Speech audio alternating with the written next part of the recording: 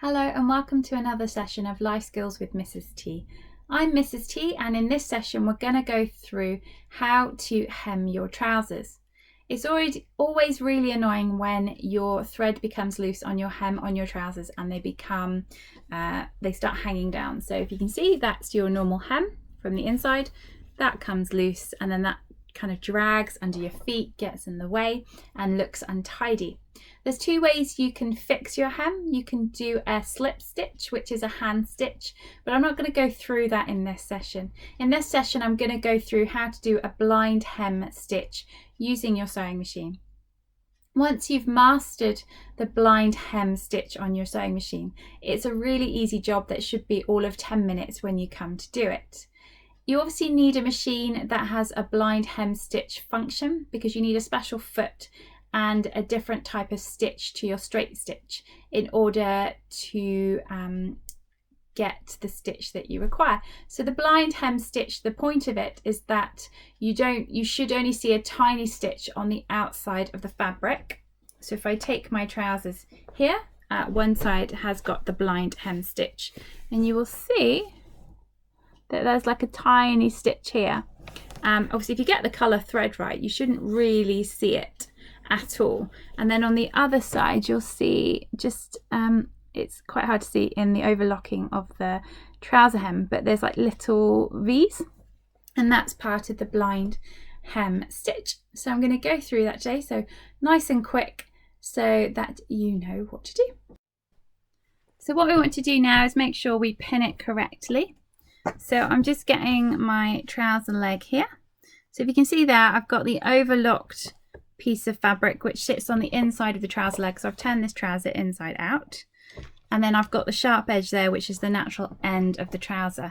So what I want to do is create a 90-degree angle with my pins.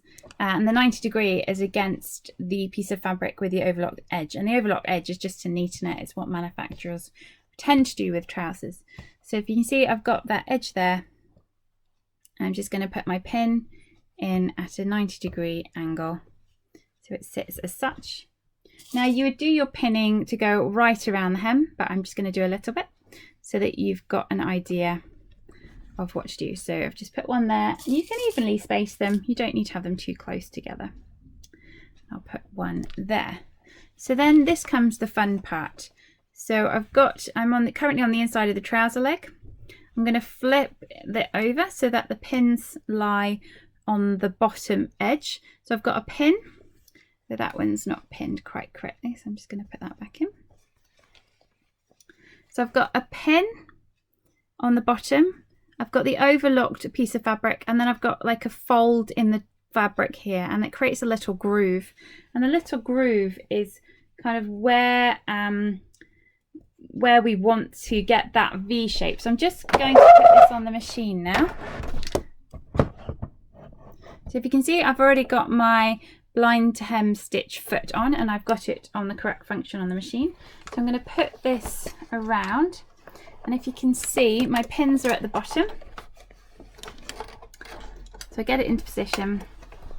My pins are at the bottom of the fabric. I've got the overlocked piece of fabric here. And then I've got that little groove. And we actually want to start with our needle on the piece of where the overlocked fabric is. So I'm going to engage the needle. So it's engaged into this part here. And then what will happen is the little V part of the blind hem stitch will catch this folded piece of fabric. So I'm just going to do that, just get it into the right position. So remember, pins on the bottom facing the machine, and then you've got the needle is effectively in the groove, and then part of the triangle stitch will catch this fold even. So I'm just going to do that. And just watch the pins that you don't catch them too much.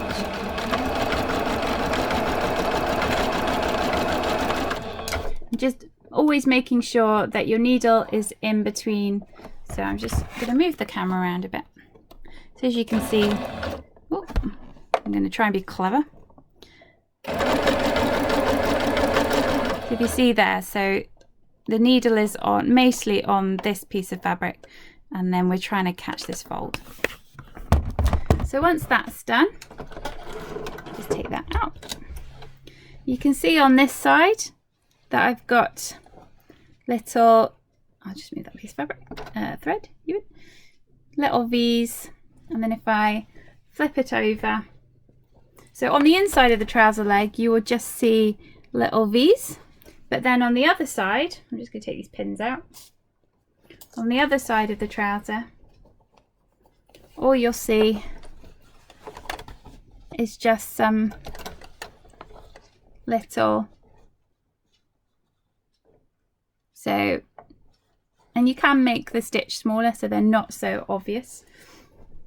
And that's the blind stitch hem using a sewing machine. Thank you for joining me on another Life Skills with Mrs. T video session. I hope that has answered your question on how to do a blind stitch hem using a sewing machine. If you've got any questions, then do feel free to leave them on my Facebook page, and I'd be happy to do a video tutorial for you.